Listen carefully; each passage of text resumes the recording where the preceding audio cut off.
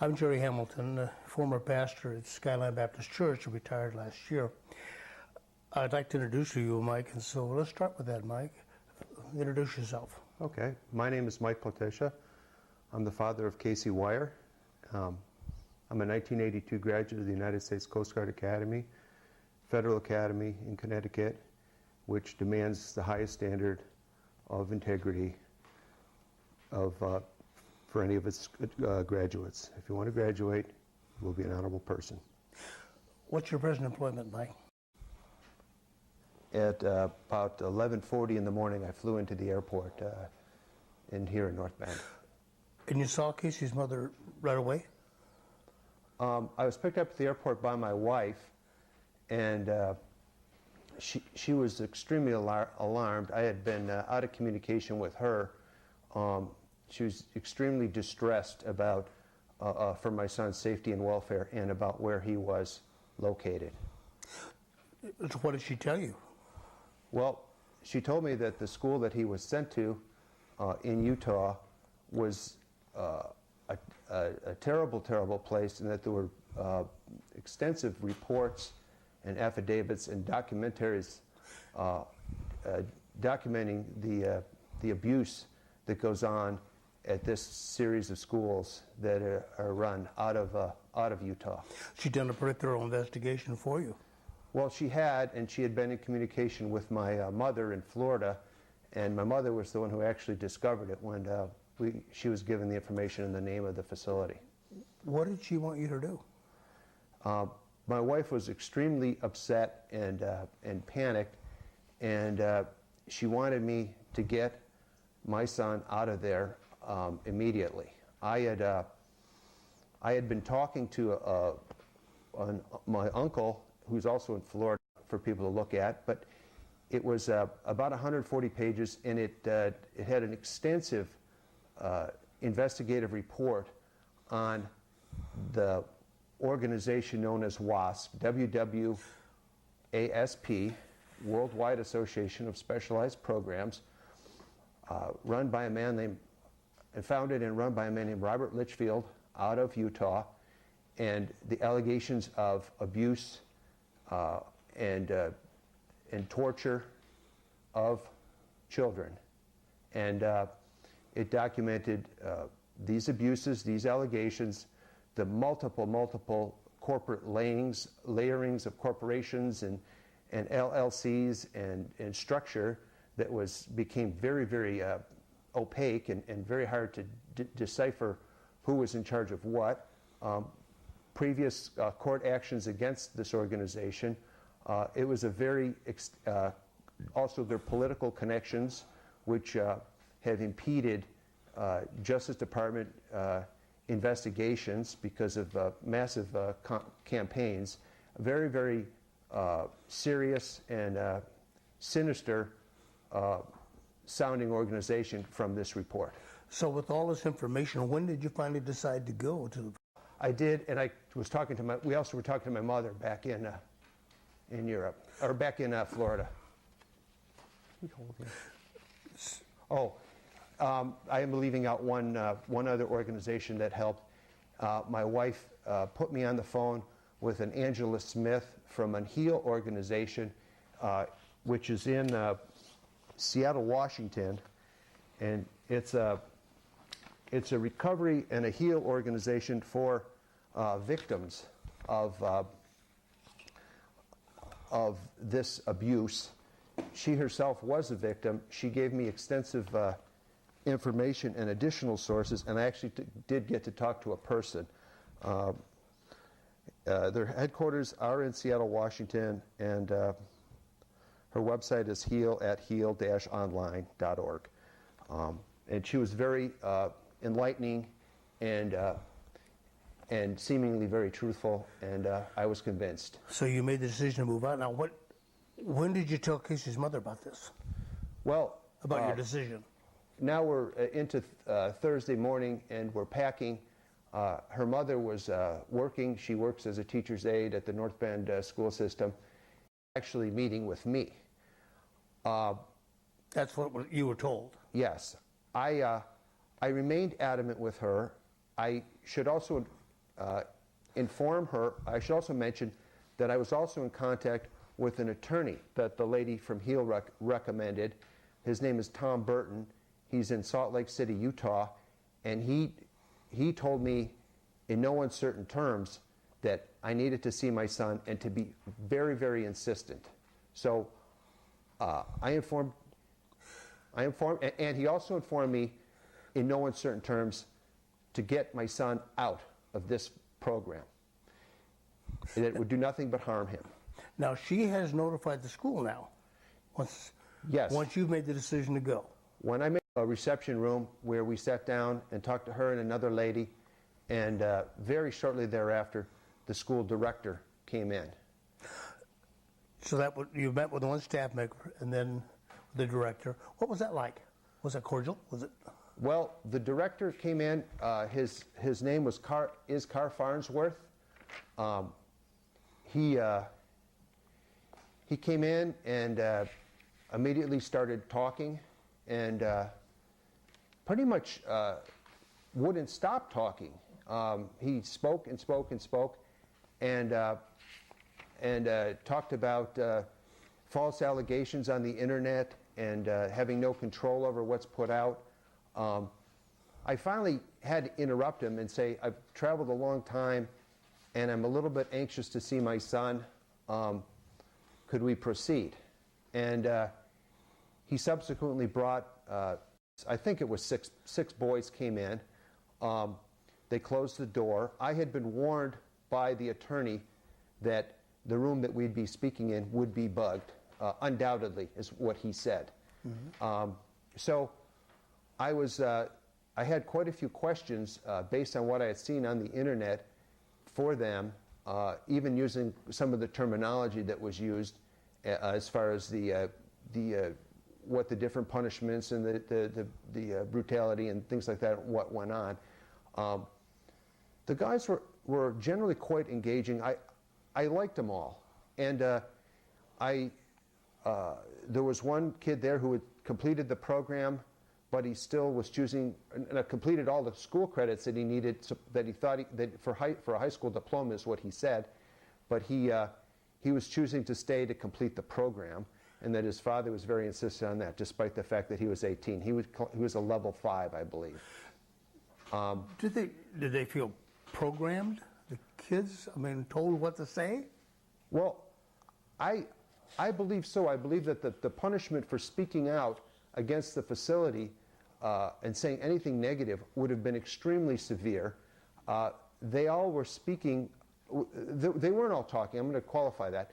There were some guys there who were very, very quiet, that were the lower level guys that were sitting there. One guy, and I'll get to this later, I guess, but one guy had his little crocheting project there kind of rolled up. I thought that was kind of unusual to see a teenage boy crocheting a blanket, but I took that, and he was real quiet, and I didn't get a lot of eye contact from him. And then there was another guy there named Nick, who was assigned to Casey as his help buddy, and that's quite an involved title as far as duties, but he was assigned to basically orientate Casey, report anything wrong that Casey did, and try to get him on board with the program. Nick should be with your son alone. No. At that point, my recollection isn't exact, but I believe I told Mr. Farnsworth that I was ready to see him and to produce my son at this point. He said he had been doing more talking, and my recollection is that I said, bring him. So my son came into the room, and he was holding something in his hands. He walked in very, very stiff, very, very stoic. No real discernible reaction on his face. I went up and I gave him a hug, and he was still kind of stiff. And he just made eye contact, and he just looked really, really sad. is what I saw in his eyes. Sadness, not so much fear, or kind of like there was a line you were afraid to cross? Sadness, but also a little bit of blank where I couldn't read much more beyond that. I told Mr. Farnsworth that my wife and I needed to speak with him alone and to please step out of the room. Mr. Farnsworth said okay, and he left, shut the door, and I started asking Casey questions. How are you? Fine. How are you being treated? Okay. What's going on? Are you being abused? No. Again, not much of an emotional reaction. Maybe I detected a little bit of his eyes were maybe getting a little bit teared up, but that's what I perceived at least. But I was getting no discernible emotional reaction or anything of that nature. He was sitting down at this point. Carla was sitting next to him on his left, and she started whispering to him, and she started telling him, we can get you out of here. Do you want to stay? Do you want to come with us? We don't want you here. Your parents don't want you here. We don't want you. They don't want you here. And he sort of tensed up, and we're saying, and I started talking to him again, and now we're whispering. And I'm saying, Casey, we can get you out of here. Do you want out? What do you want to do? At that point, or almost about that point, the door pops open. And it's Mr. Farnsworth, sticking his head in, very concerned. I turned and looked and said, we're talking, please leave. Shut the door. He says, okay, and he closes the door. And I says, Casey, I want you out of here. My wife wants you out of here. Your grandma and grandpa on my side of the family want you out of here. Your uncle on your mother's and aunt on your mother's side of the family want you out, and your mother and father's parents want you out of here. And he looked at me, and his eyes started to show some hopefulness. And he said, my grandpa Pat and grandma Ruth, that's his mother's parents, who he's very close with, they live here in Coos County, they want me out of here? And I said, yes, they do. And I turned around, and I said, and he still was hesitating, and he was almost disbelief but hopeful. And I said, they want you out. I says, listen to this, in the tone of his maternal grandmother telling me to get him out of there. Well, at that point, Casey looked up, and his mind was made, and he said, I want out of here. I want out. Do you sense that... Now, Mr. Farnsworth stuck his head in a second time before he did say that. I want to correct that just a little bit. So we did have 2 interruptions from Mr. Farnsworth, and I told him to close the door again, that we were still working on it and talking to Casey. So we had a second interruption from Mr. Farnsworth, and then Casey finally did decisively say, I want out of here. And I said, that's it, fine. Farnsworth stuck his head in again about that time, and then we had our confrontation. And that was rather heated. Yeah, it escalated rather quickly. I informed Mr. Farnsworth that we were leaving and that I was taking my son. And he said, no, you're not. We have a contract and agreement with the custodial parent, and if necessary, I will call the police. About that time, about 2 or 3 staff members showed up, male, and stood behind Mr. Farnsworth and down the hall and blocked the door. So I was getting threatened with law enforcement in a small Utah community, which one of their staff members, from my understanding, is a former police official there. I don't know if he was the chief, but he's higher up. And there I am. And I have several staff members in Farnsworth between myself and the door. So I informed Mr. Farnsworth that I did have an attorney, and that in addition to having an attorney, I produced my support and visitation agreement and presented it to him, and I told him that I showed him the clause in in the supportive visitation agreement, which was written by a court order in the state of Oregon, and it stated that I have custody, or I have visitation rather, in even-numbered years, starting on Friday of spring break,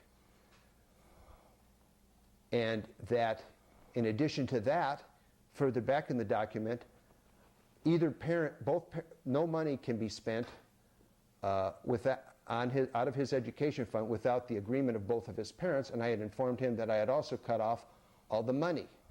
So there was no more money to pay for this, and that I had a court order which emphatically stated that I had visitation on the start of spring break, which happened to be that particular moment.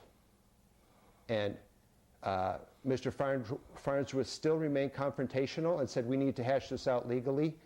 And I says, well, and he says, you need to talk to my lawyer. And I says, no, you can talk to my lawyer. I have him standing by on the phone. I turned my cell phone on, hit the button, put him on with Mr. Tom Burton, handed him the phone. I didn't tell him the name of the attorney. I just handed him the phone, and Mr. Farnsworth said, oh, Mr. Burton. And he walked out of the room and walked down the hall.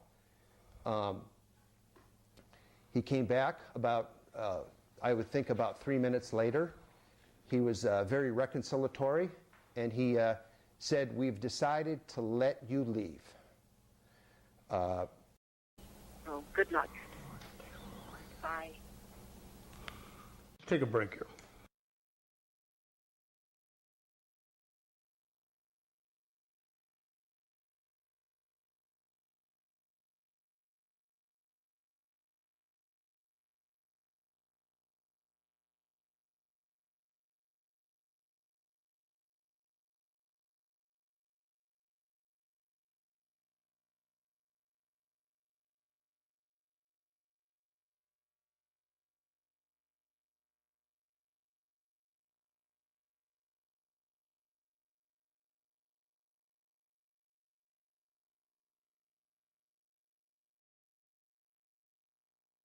You're Carla, right? Right. And Carla, I've been your pastor for about 5 years or so now, I think, and so I've got to know you pretty well. Mm-hmm. Would you share a little bit of the incident that we're talking about? When did you first hear about it?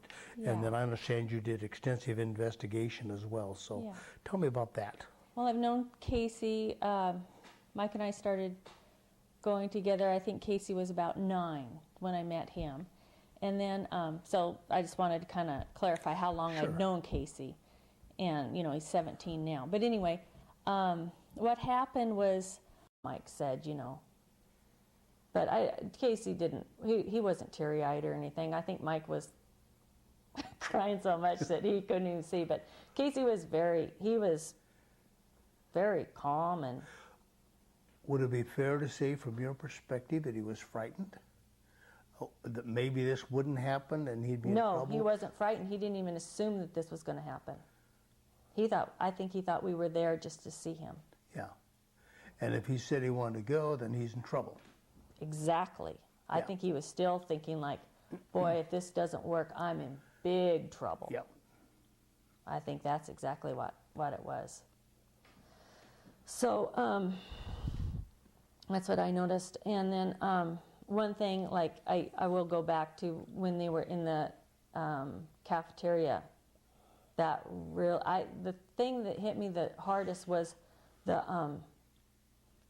mind stuff. I had no idea it was going to be this big of a deal. I was just focusing on the abuse, but when we walked in there too, it was just like, it was crazy. Mike can't hear very well, but I can hear, and there's no talking.